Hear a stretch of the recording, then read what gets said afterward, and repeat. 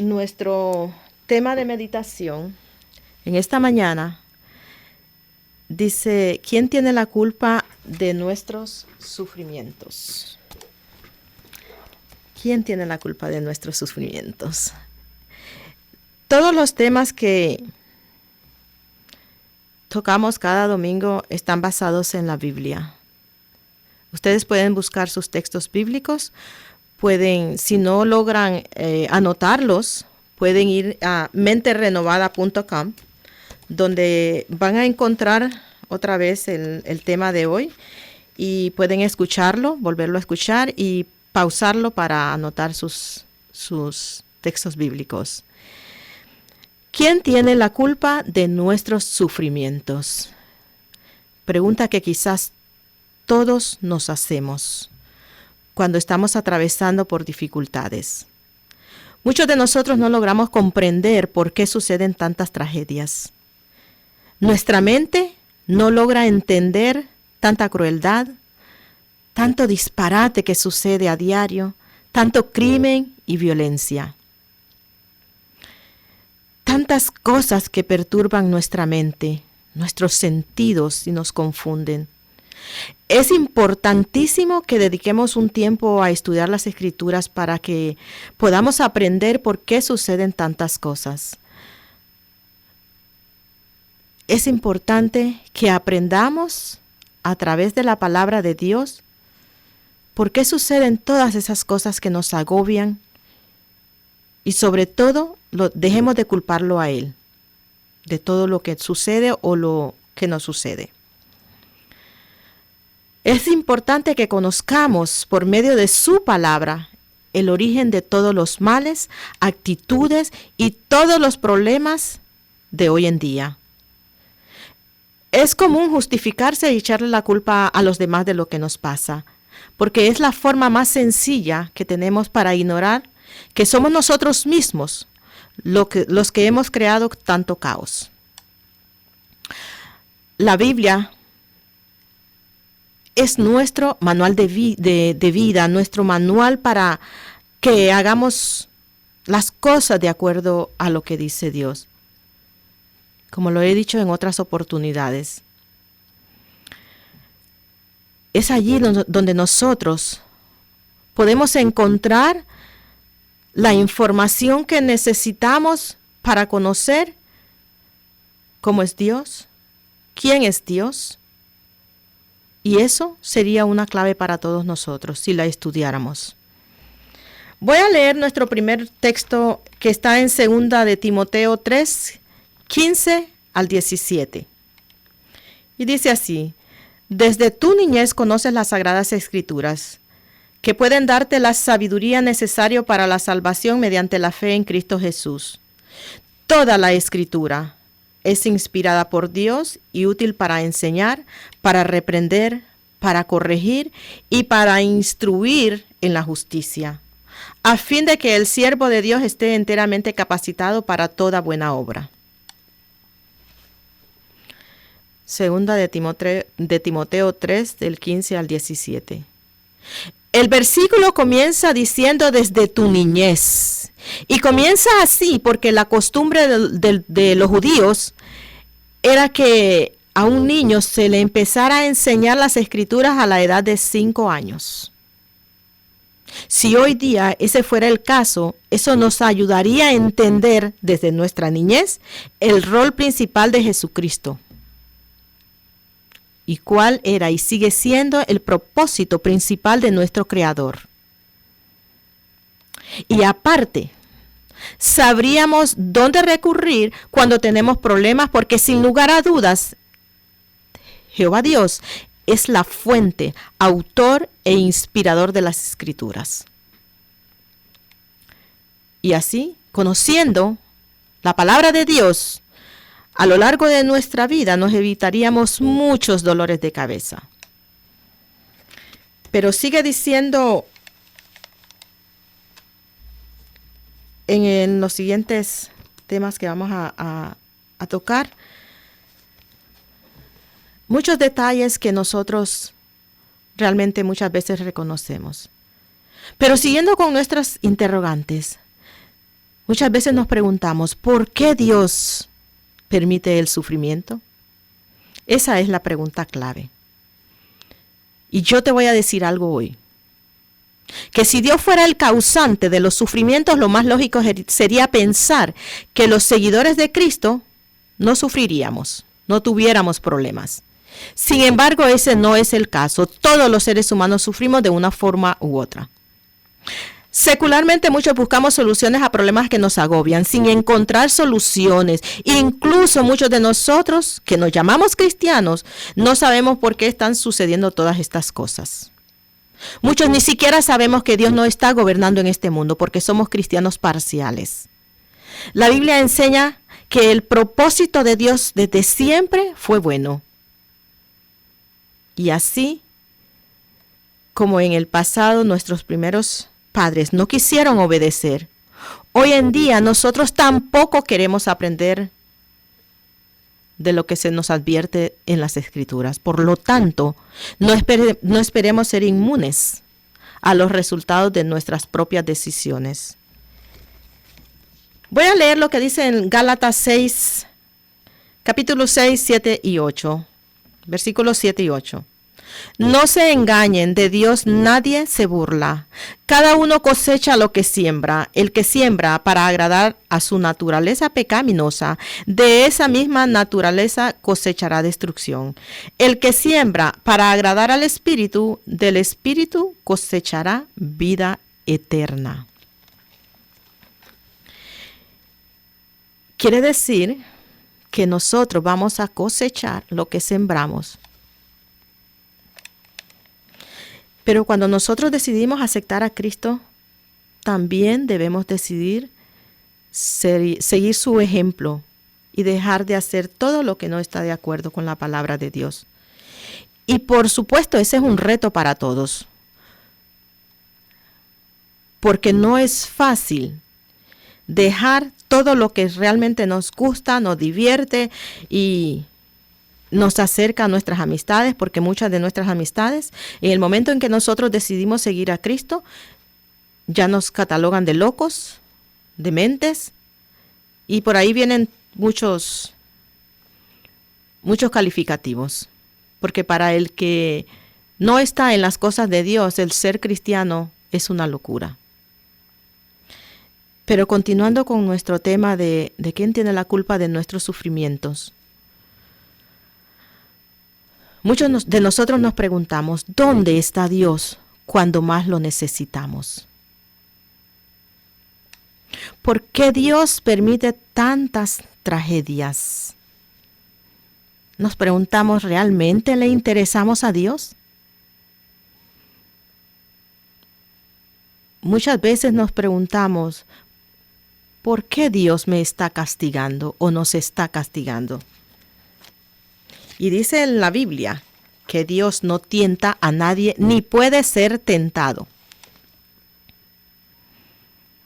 Pero todas esas preguntas las podemos encontrar sus respuestas en la Biblia.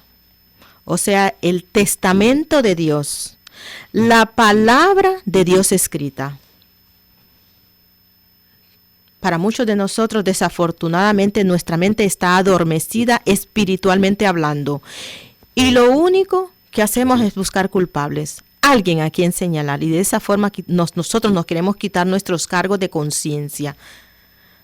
Buscamos excusas y nuevas fórmulas para frenar los asuntos que nos preocupan. Pero sobre todo, muchas veces culpamos a Dios y perdemos la fe en Él. A lo mejor nosotros nos sentimos como se sintió quien escribió Salmo 77, que en parte dice así. Salmo 77 del 7 al 9 voy a leer nada más, pero si a ti te interesa puedes leer Salmo 77 completo.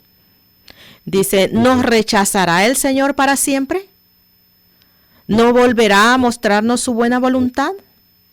¿Se habrá agotado su gran amor eterno y sus promesas por todas las generaciones? ¿Se habrá olvidado Dios de nuestras bondades y en su enojo ya no quiere tenernos compasión? Eso dice Salmo 77 del 7 al 9. Parece que quien lo escribió estaba muy acongojado. Pero a todas esas preguntas nosotros podemos responder con otras preguntas. Como por ejemplo, ¿cuánto tiempo dedicamos a conocer a Jehová Dios y a su Hijo Jesús? ¿Cuánto tiempo dedicamos a estudiar la palabra de Dios para encontrar respuesta a estas y a otras interrogantes? ¿Hemos nosotros permitido que Jesús more en nuestros corazones? ¿Hemos permitido que Jesús sea parte de nuestra vida y de la vida de nuestras familias? ¿Qué estamos haciendo nosotros para protegernos y proteger a los nuestros? Muchas veces hay personas que dicen, me voy a comprar un arma automática de mucho poder. Pero ahora la otra pregunta es, ¿y cuando tú no estás cerca de los tuyos, quién los protege? ¿Quién los va a proteger si el arma la tienes tú o la tienes guardada en tu casa? Si hoy nosotros estamos atravesando por dificultades, no nos desanimemos. No compremos las armas porque nosotros no necesitamos las armas. Lo único que nosotros necesitamos es al Todopoderoso, que Él lucha sin armas. Nosotros podemos confiar en Él. Enfoquémonos en el amor de Dios.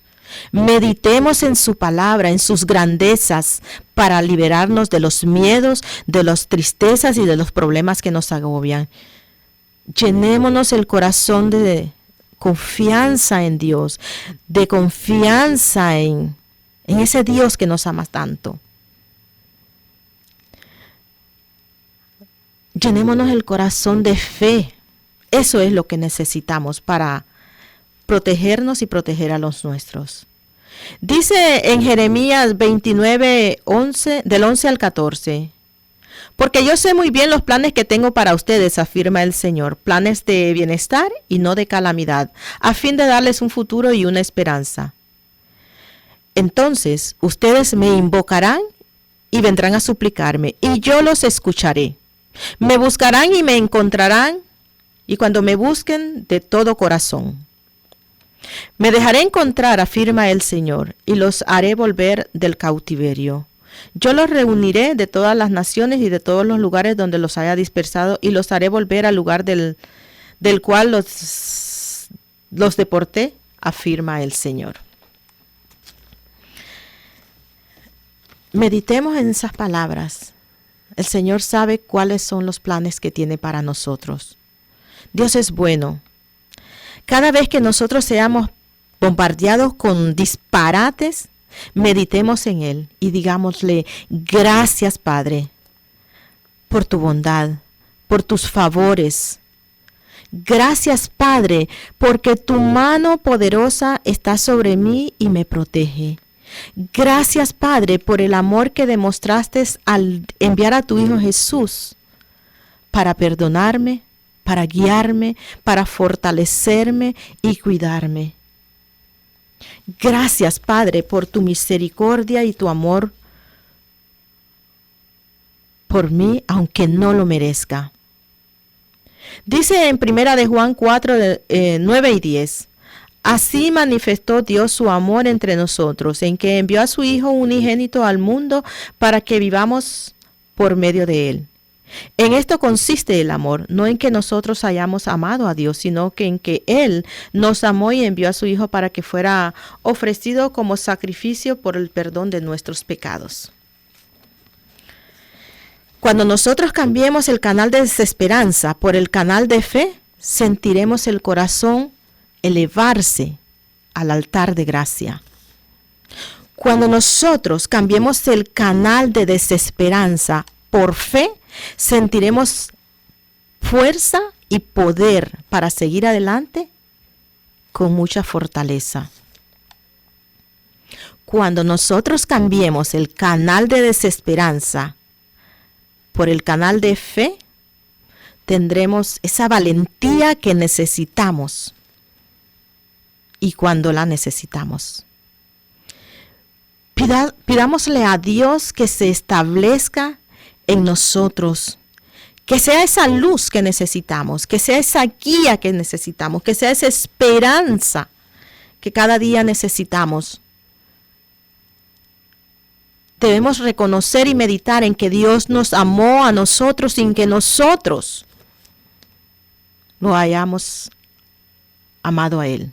Eso es lo que dice en primera de Juan 4, del 9 al 10.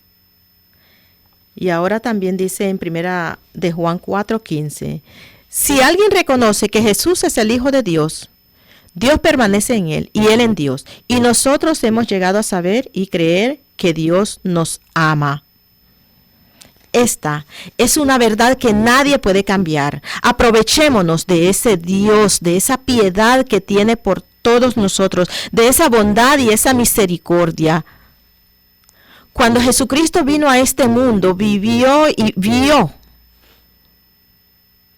enfermedades, desastres, necesidad, y Él reaccionaba compasivo ante todos. Él se daba cuenta de tanto sufrimiento y por eso nos trajo buenas noticias de que el sufrimiento cesará y en su momento será borrado por completo. En la Biblia se nos explican todos estos detalles. En la Biblia se nos explica cómo sucederá todo esto. Pero si nosotros no dedicamos tiempo a estudiarla, ¿cómo nosotros podremos conocer esa verdad? ¿Cómo podemos conocer a Jehová Dios, a su Hijo, y qué es los planes que tienen para nosotros? El propósito de Jesús fue aliviar nuestros sufrimientos, ofreciéndonos consuelo. Siempre. Para finalizar, dice en Apocalipsis 21, del 3 al 5. Oí una potente voz que provenía del trono y decía, aquí, entre los seres humanos, está la morada de Dios. Él acampará en medio de ellos y ellos serán su pueblo. Dios mismo estará con ellos y será su Dios. Él les enjugará toda lágrima de los ojos. Ya no habrá muerte, ni llanto, ni lamento, ni dolor, porque las primeras cosas han dejado de existir. El que estaba sentado en el trono dijo, yo hago nuevas todas las cosas. Y añadió, escribe porque estas palabras son verdaderas y dignas de confianza. Esas palabras son verdaderas y dignas de confianza. Debemos entender cómo empezó, continúa y cómo va a terminar todo esto. Y solo lo podemos aprender escudriñando las Escrituras. De lo contrario, seguiremos buscando culpables a todo lo que nos pasa.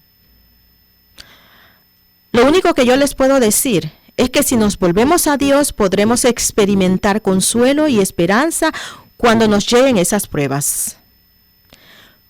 Cuando nosotros nos acercamos a Dios, tendremos en quién refugiarnos, en quién fortalecernos para esperar con ansias y abrazar ese mundo libre de dolor, libre de enfermedad, libre de preocupaciones. Tendremos esa fortaleza nada más buscando de Dios, reconociendo que Jesús es el único que nos puede guiar hacia Él. Amén.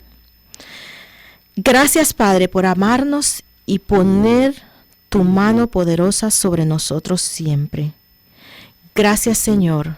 Te creemos y ponemos nuestra esperanza, nuestra fe en ti para recibir, Señor, ese mundo que nos tienes prometido. Gracias, Señor, por estar con nosotros y nunca abandonarnos, por ayudarnos a mantener la mirada fija en ti, Señor, que eres el principio y el fin de nuestra fe. Gracias, Señor, en el divino nombre de tu Hijo Jesús. Amén.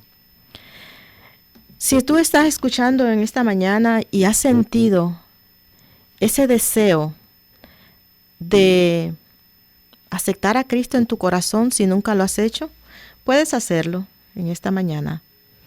Dios no está viendo cuál es tu pasado. Dios está viendo cuál va a ser tu futuro después que tú hayas decidido aceptar a su Hijo Jesús en tu corazón. Así que recuerda que hay algunos requisitos para ser seguidor de Cristo, y el número 1 es aceptándolo en nuestro corazón. Hacer esa confesión de fe. Reconocer